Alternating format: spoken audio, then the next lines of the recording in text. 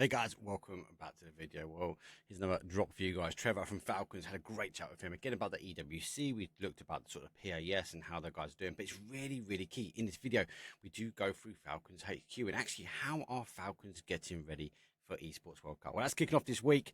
This video was done last week. If you have liked the content so far, like and subscribe. We do have an RV coming shortly. Unfortunately, we don't have video content for that. So just working on a bit of B-roll footage that we'll dive into that. But follow the channel, subscribe, let me know what your comments are. I'll see you guys in the next video. Welcome in. First time, actually, we get to talk face to face, more probably, because I know you're always the man behind the scenes and driving things with Teams Falcon. But like I've been chatting to a lot of the other coaches, I really want to talk to you and break you down a couple of bits and pieces about one, the smash rule, and that's really what I want to get into. But before we get into that, I do want to start with PGS 3, PGS 4. You guys didn't have the best 3, but you came back swinging at PGS 4. But I just want to touch first on the format. This is the first year that we've seen PUBG do, you qualify, which you guys smashed, and then you do LAN, week break, LAN. You know the teams you're fighting, you've got a very small window in between. You clearly changed something in that window strategically to come back. First and foremost, do you like having 2 LANs really close? I mean, I like it because, LAN, especially being an NA team, LAN is where we get to really push ourselves and fight teams, I think, that are at our caliber.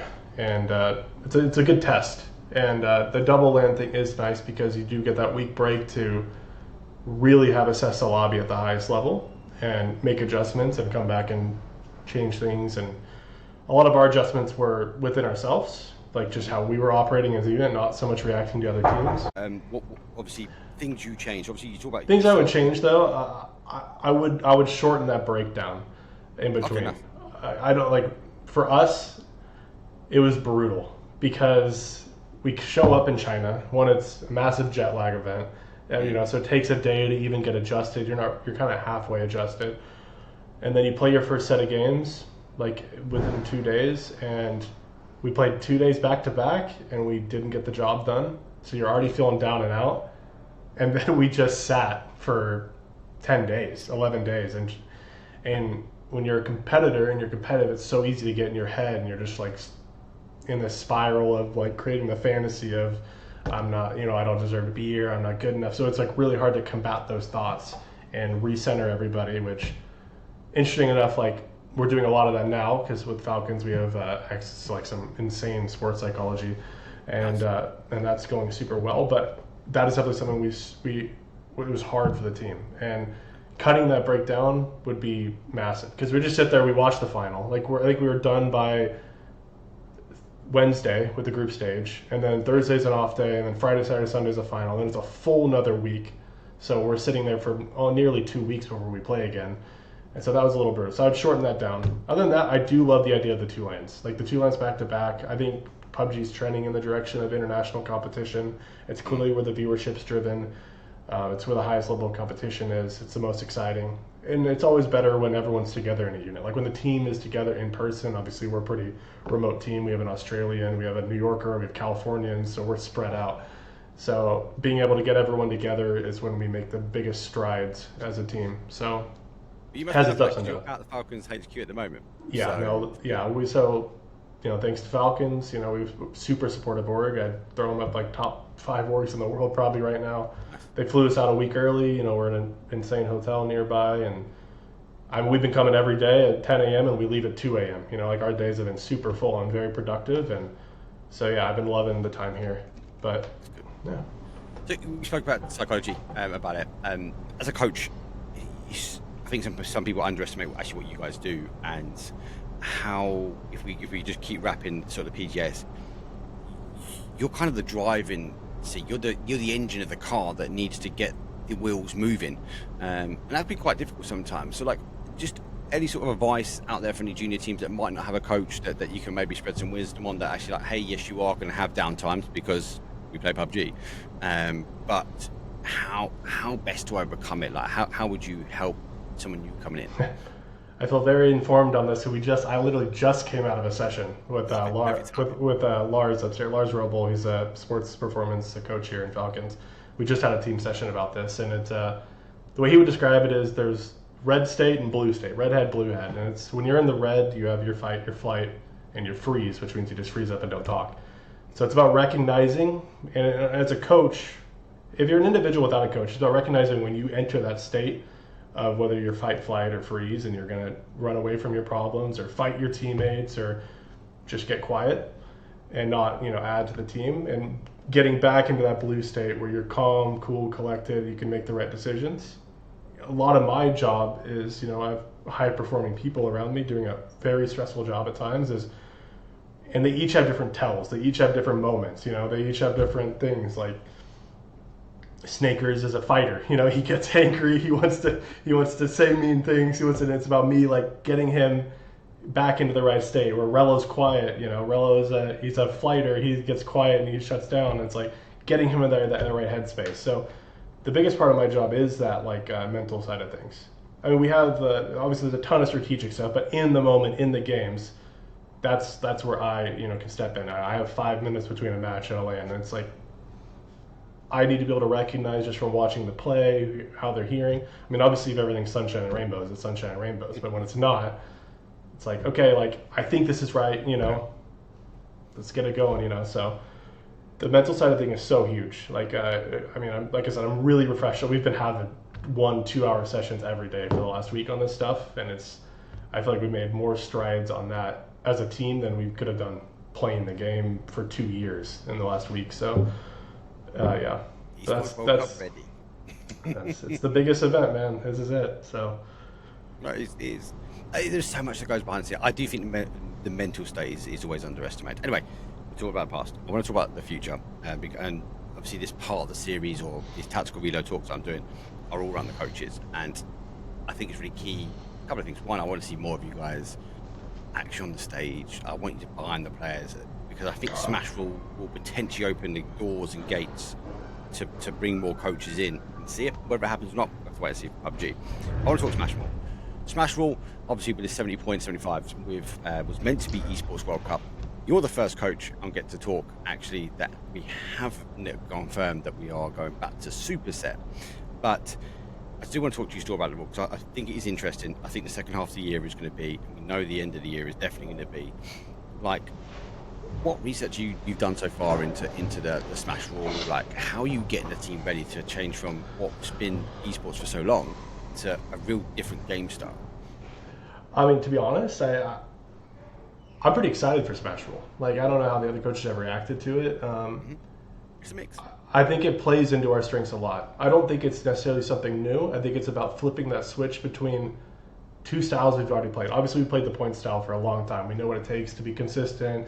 You come across a crossroads. Should we get kills here? Should we place them in here? We know how to do that well. Every team that reaches our level or any level above us, whatever, they know how to do that. But we've also, all those teams have played through a full year of the MC format, the winner, chicken dinner format. Classic. And that was Smash Rule. The game does not matter unless you win the game. So it's about when you hit, you get to play the points roll up to a point, and then now it's winner, chicken dinner. And we always excel at that. I think PUBG put out a tweet that was the E United year. We won more games that year than any team in the whole world. We've always been good at winning the game. So I feel like actually Smash Roll plays into our strengths a lot, and I'm pretty excited for it. But yeah, it's just about hitting that switch, and it's just two different play styles. And the interesting part will be other teams will be on a different play style, in that moment. So, but it's super exciting as well for the fans. I am so for it as well. I think it'll just be, yeah. I think I've always been the guy. I mean, other coaches are this way too. A few of them, some of them are not. But I want all the crazy stuff in the game. I wish there was the gulag in the game back in the day. I imagine if 17 was hot dropping Sonics, and then we got to see X-Bay versus Tiggleton fight it out in the gulag in the 1v1. That'd be insane. The viewership would be nuts. So I'm all for the crazy content stuff that will drive viewership, because that's the backbone of the game at the end of the day. And it's just about adapting. All of Battle Royale is adapting. It's whoever does it the best will succeed. Oh, yeah, who picks up.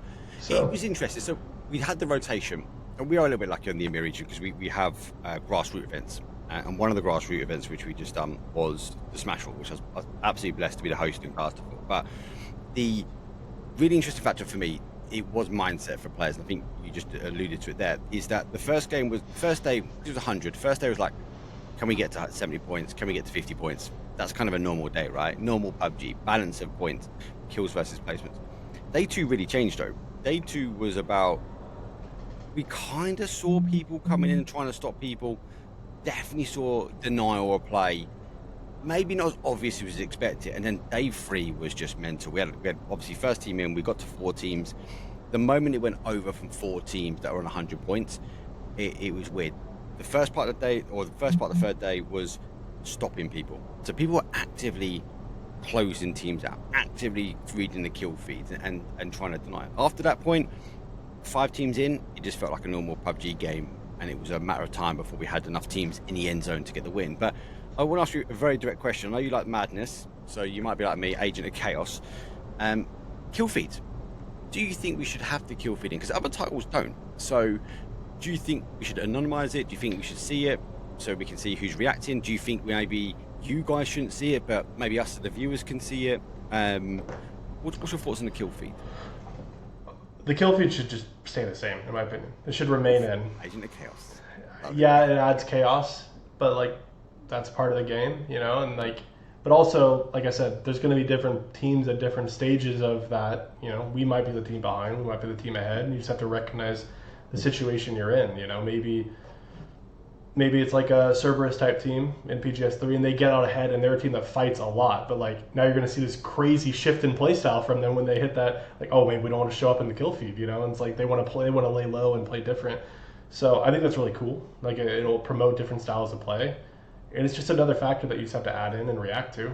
But I think taking out the kill feed would be more detrimental to the game as a whole, because it's such an integral part of the strategics of like using the fog of war to piece together what's going on. You know, I know X team loots here, Y team loots here, they're fighting. Okay, so that prio might be off, so we can get this spot. You know, these are like normal thoughts that go through any top teams like IGL or most players, period. So if you were to remove that, it could even lead to more chaos, I guess, now that I'm actually thinking about it. But it allows you to paint that picture of what's going on, you know, in the game. So yeah, I'm definitely for keeping the kill feed in. Some coaches go one way, some coaches go the other. Yeah. I like the kill feeds. I'll give you my feedback on it. I like that people will react to it. We saw it. Yeah. We saw FaZe were nearly at the 100-point mark, and I believe for Esports got a knock on the road. They were on a 2-2 split at Miramar, and Bet Boom team just crashed them instantly crashed them. And with no ifs and maybes, that was a kill feed read trying to deny out that team. That will cause drama. That will make it good from a viewership point of view. Might be separate conversation with the players though, because they might deal with it differently, and then we might need to come I mean, at the end of the day, we play for the viewers, you know, like that's you know, without them we're not playing, so we love it, man. Anyway, I was talking about the obviously coming into the second part of the year, so we've got Esports World Cup, which you're preparing for, and obviously best of luck, you guys. I think you're in the right place for it. You look really strong at the beginning of the year. Obviously you didn't have the first land, the second land was good, so your trajectory is looking really, really strong. Obviously it kicks off next week now, so we are getting pretty close to the deadline. Is there any sort of final preps that you're doing before going ready for Esports World Cup? Not necessarily anything different than what we do at a normal event. Like we have the same prep. The difference this time around is that we have this facility that I'm sitting in and like all these tools to better facilitate that prep.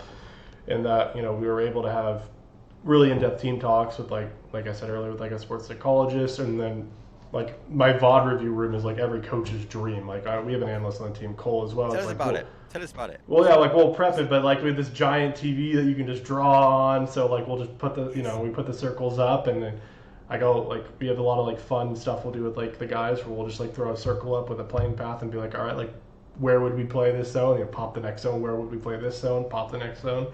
Nice. And allow the guys to really brainstorm, so that, you know, when they're caught with a oh shit circle in a real game, like we've already kind of prepped those ideas and thought about worst case scenarios.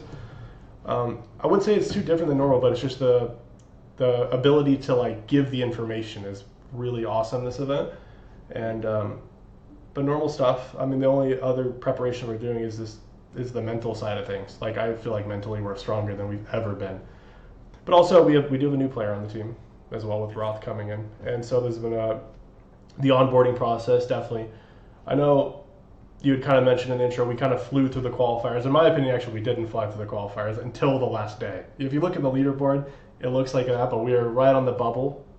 Yeah, I'd say performing below our expectations, and a lot of heavy talks went in each day, every night, and it clicked that last day, and it made everyone, I think, feel like, okay, like this was the right move. We're back on track, and now the sky's the limit. So yeah. Got a lot of Roth as well. Good player, great guy. He's a fantastic person. So yeah. Obviously, we've got EWC. Let's part that for a second. Let's talk though this last part of the year. So obviously, we've got PAS again coming for you guys later on. Soon after that, we've got obviously PNC, and then we've got the second half of the year, which is based really upon what we're going to try and achieve before we go global. So obviously, getting prepped for you mentioned already you like the shorter format. You've got a qualifier day. So it goes back to basics and kind of getting yourself through that qualification. I just want you to share some love about qualifying, because it's not as easy as people think it is. People assume that you're a top tier team and you come into an inviting stage, but some teams don't. Qualifiers can be very different to end game, and I think a lot of people higher up have always spoken about Trevor about the easier it is the later you get on in an event, because you know and you practice against these players all the time, but that early stage is quite different. Do you as a team try and play open quals groups very differently than you would do coming towards the final, I'm assuming? I mean, so we are a regionally partnered team. We're not a global partner team. So we do skip the open quals in the first few stages. We slide right into the group stage. Even then, though, there is a lot more like randomness or whatever. And I would say you can't take the prep lightly. That's all I would say. Like a lot of people would say, yeah, an NA qualifier is easy for a team of our caliber. That's a common thing I hear. Like, well, we didn't hit the points. The other guys say, oh, well, you got EWC online qualifiers in NA. It's easy. No problem. It's easy. You guys got that. Which on paper we probably should from an analytical point of view looking at it. But it's about never taking it lightly. We prep the same whether it's this international lobby or at home. And treating it the same, it's like you said, it's kind of back to basics, right? It's like, I would equate it to, not assuming anything, assuming makes whatever out of you and me. So, so yeah, but, no assumptions, taking it back to basics, making sure we're just going through the same. It's funny, we thought we were talking about StarCraft here, like my background is StarCraft, and like when I came up and was enjoying video games and learning competitive, I equate it to like a build order. Like, it's like you have to go through the same steps to reach the same outcome every single time. So it's about sticking to that build order of we do this, we do this, we do this, and then we should have a similar outcome. Doesn't always work that way, but I like the logic. I do like the logic. The reason I compare it is because we've just had big teams go out at group stages in recent formats for us, which is crazy. So I think they don't get as much love as they need to get online, because it would just assume you're a big name that you should automatically get through. I want to touch on a fun subject, because I always have this fun subject with Gibson.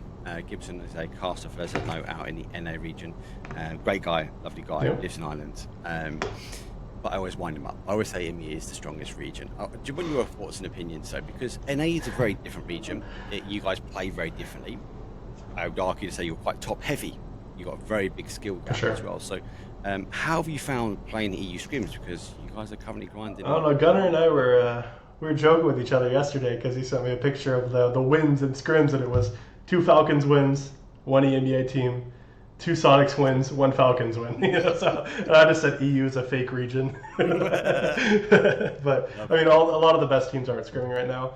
I think at the top it's pretty similar. Like, I mean, PUBG is a game of RNG and stuff too, so I think any good team can have their day. It's about prepping for that moment. But I think the level of top teams is higher in Europe. I think that's inarguable at this point.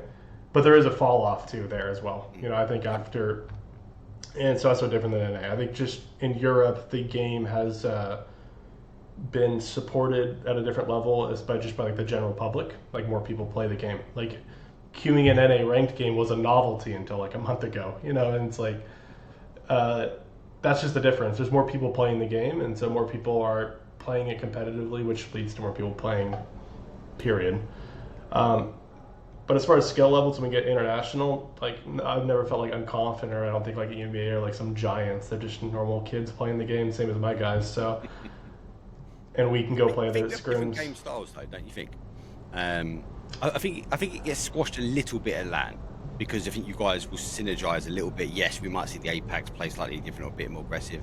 EU, they have flat in technology sometimes. I would say like NA kind of sits in the middle of the balance of like an APAC type team or an EU team. Like one thing like we've said, like I mean, I'm friends with Vard, I can bust them a little bit, but like we've been scrimming lately against Foot, and it's like they are so slow. Like they're so slow. Like it's like, so they're good. I'm not saying they're not good, like because it's so controlled and so different than. But sometimes we'll be holding a space, and then we like almost forget about them, that they're in a spot, you know, where they were, and it's like then they come over the top. Like yesterday there was a Miramar game where we were in Minas, and we were going to push across the street, and then Foot came back to a spot where we thought they had left, and it's like the whole team was like, "Oh my god, they play so slow, man!" They're still there. And they're still there, and they killed us. It's what you call it. It's controlled, mate. And controlled. Like there's a positivity to it, right? Like I'm not saying it's bad. And flip side, like back in the like our big APAC shuffle back in the day was with Burium, because we were hot dropping a meal to power for them. It's like those guys just run it down at us, you know. It's like if we were hot dropping them, it's like get ready, like it's coming. Like there's no thought process. I'm not saying there's no thought process, but it feels like it's just full blitz, you know. So but yeah, I'd say NA is kind of the balance of the two, which can kind of be a detriment as well at times, because it's hard to balance that. Should we play slow, or should we make this aggressive move right now? It's an internal struggle I know we always have, like being too passive or being too aggressive.